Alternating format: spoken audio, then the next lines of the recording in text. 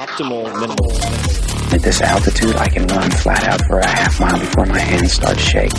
Can I ask you a personal question? Now would seem an appropriate time. What if I did the opposite? I'm a cybernetic organism, living tissue over a metal endoskeleton.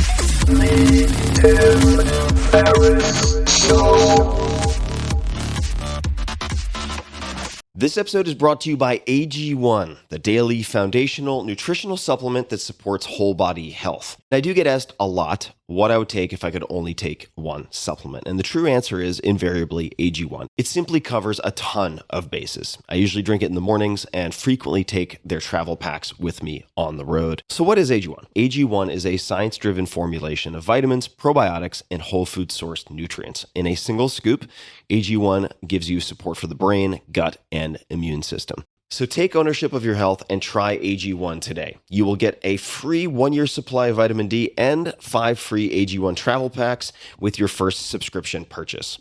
So learn more, check it out. Go to drinkag1.com/Tim. That's drinkag1, the number 1, drinkag1.com/Tim. Last time, drinkag1.com/Tim. Check it out. Hello, boys and girls. This is Tim Ferriss, and welcome to another episode of The Tim Ferriss Show. It is usually my job to deconstruct world-class performers of some type, whether they are from sports, military, chess, entertainment, God knows where. They come from everywhere, and you find a lot of commonalities across them. This episode, though, is a special episode. I'm going to hand the mic over to Seneca the Younger, and what you are going to hear is roughly 2,000 years old, and it teaches you how to deconstruct or construct a world-class life. And suffice to say, Seneca and his letters have had an enormous impact on my life. I revisit his writing many dozens of times per year. And this particular letter has affected me in myriad of ways. Letter 18 on festivals and fasting. And I want you to pay particular attention to a few passages that begin around 2 minutes and 20 seconds in, with the line, set aside a certain number of days. And what this will teach you and elucidate is how to practice poverty and reduce fear. Specifically, you can think of it as inoculating yourself against fear by practicing the worst case scenarios. This is an incredibly powerful concept that you can rehearse the things that you fear to take the fear away from them and out of yourself. It is extremely practical, and I do this with short-term fasting, which, of course, you shouldn't do without medical supervision. I must say that. I'm not a doctor. Don't play one on the internet.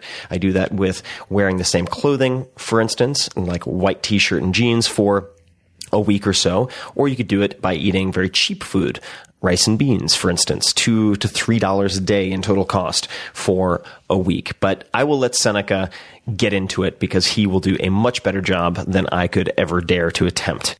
I implore you to listen to more of these letters. The 27 hours or so of audio that I just put out is in the Tao of Seneca. This is not a big moneymaker for me. It's something I've wanted to do for decades, just to make these letters available to you guys in audio format. So you can do it, say, on the way to coffee or on the way to work once per day in the morning. You can digest one of these letters and they can set you up for optimal performance in high stress situations so you don't overly react and hurt yourself and others. So you can check out the Tao of Seneca at audible.com/Tim's Books. Check it out. You can listen to samples. And for those of you who downloaded it a few days ago, there was an issue with the longer On the Shortness of Life essay. So you can skip that. We're going to be removing it, but all the other letters should be in fine form. And this is one of my favorites. Like I said, letter 18 on festivals and fasting. Pay attention. It's changed my life. I think he can do the same for you. And if you want additional resources, I will try to include them in the show notes. So 4hourworkweek.com/podcast. And check out the Tao of Seneca at audible.com/Tim's Books. Enjoy. Letter 18 on festivals and fasting. It is the month of December, and yet the city is at this very moment in a sweat. License is given to the general merrymaking. Everything resounds with mighty preparations, as if the Saturnalia differed at all from the usual business day. So true it is that the difference is nil, that I regard as correct the remark of the man who said, Once December was a month, now it is a year. If I had you with me, I should be glad to consult you and find out what you think should be done. Whether we ought to make no change in our daily routine, or whether, in order not to be out of sympathy with the ways of the public, we should dine in gayer fashion and doff the toga. As it is now, we Romans have changed our dress for the sake of pleasure and holiday-making, though in former times that was only customary when the state was disturbed and had fallen on evil days. I am sure that, if I know you aright, playing the part of an umpire, you would have wished that we should be neither like the liberty-capped throng in all ways, nor in all ways unlike them, unless, perhaps, this is just the season when we ought to lay down the law to the soul, and bid it be alone in refraining from pleasures just when the whole mob has let itself go in pleasures. For this is the surest proof which a man can get of his own constancy, if he neither seeks the things which are seductive and allure him to luxury, nor is led into them. It shows much more courage to remain dry and sober when the mob is drunk and vomiting, but it shows greater self-control to refuse to withdraw oneself and to do what the crowd does, but in a different way, thus neither making oneself conspicuous nor becoming one of the crowd. For one may keep holiday without extravagance. I am so firmly determined, however, to test the constancy of your mind that, drawing from the teachings of great men, I shall give you also a lesson. Set aside a certain number of days, during which you shall be content with the scantiest and cheapest fare, with coarse and rough dress, saying to yourself the while, "Is this the condition that I feared?" It is precisely in times of immunity from care that the soul should toughen itself beforehand for occasions of greater stress, and it is while fortune is kind that it should fortify itself against her violence. In days of peace the soldier performs maneuvers, throws up earthworks with no enemy in sight, and wearies himself by gratuitous toil, in order that he may be equal to unavoidable toil.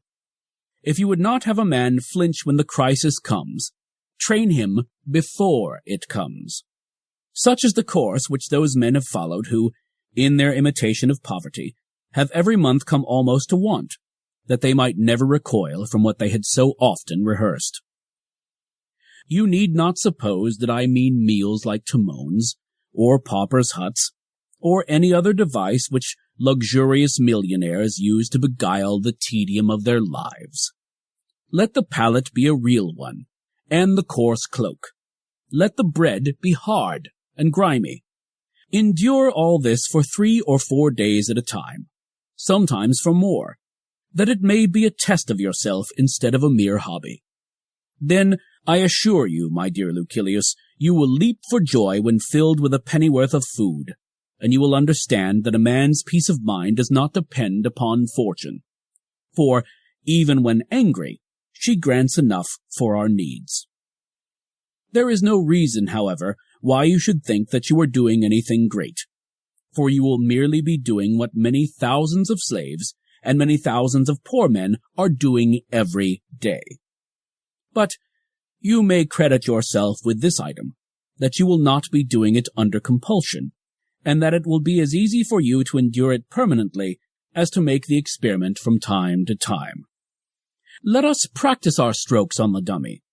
Let us become intimate with poverty, so that fortune may not catch us off our guard.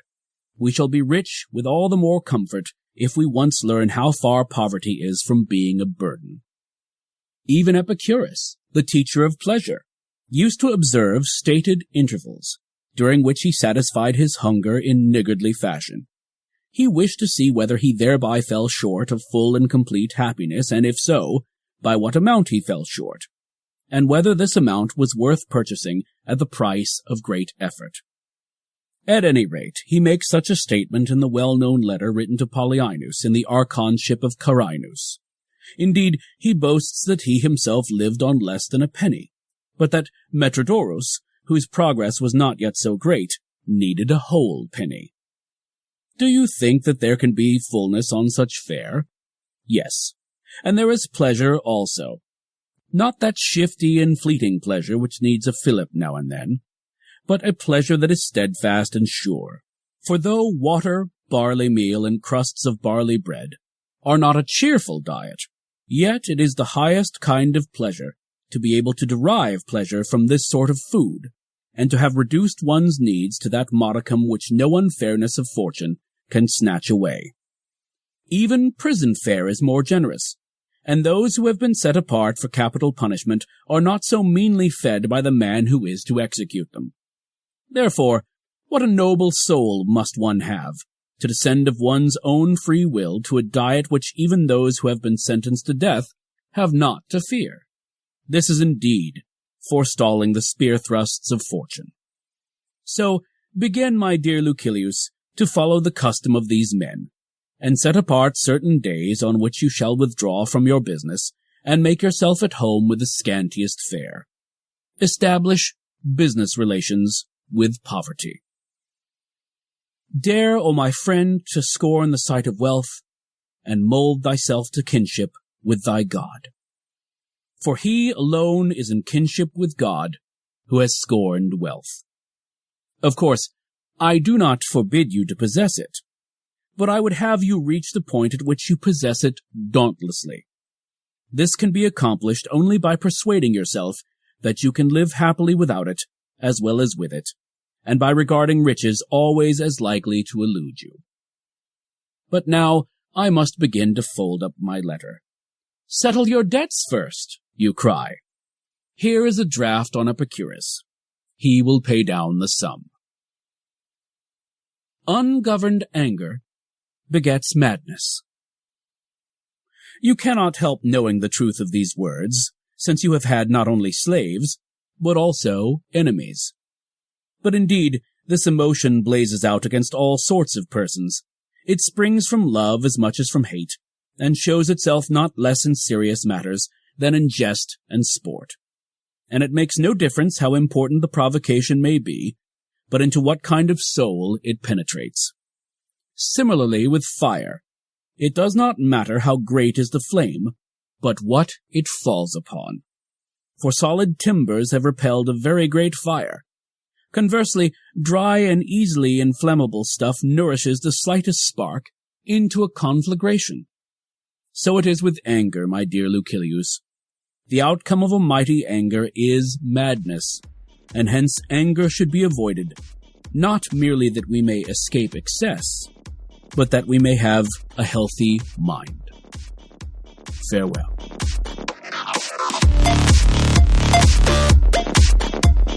Hey guys, this is Tim again. Just a few more things before you take off. Number one, this is 5 Bullet Friday. Do you want to get a short email from me? Would you enjoy getting a short email from me every Friday that provides a little morsel of fun before the weekend? And 5 Bullet Friday is a very short email where I share the coolest things I've found or that I've been pondering over the week. That could include favorite new albums that I've discovered. It could include gizmos and gadgets and all sorts of weird shit that I've somehow dug up in the world of the esoteric as I do. It could include favorite articles that I've read and that I've shared with my close friends, for instance. And it's very short. It's just a little tiny bite of goodness before you head off for the weekend. So if you want to receive that, check it out.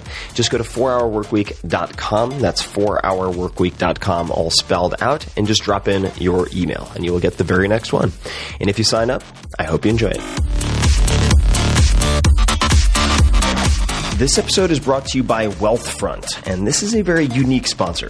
Wealthfront is a massively disruptive, in a good way, set-it-and-forget-it investing service led by technologists from places like Apple and world-famous investors. It has exploded in popularity in the last 2 years, and they now have more than $2.5 billion under management.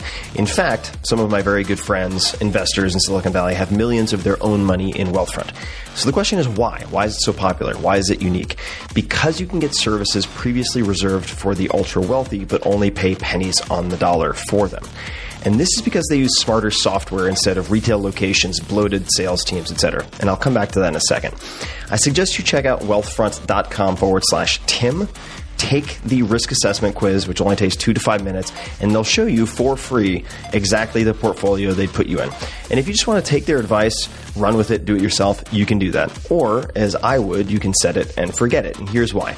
The value of Wealthfront is in the automation of habits and strategies that investors should be using on a regular basis, but normally aren't.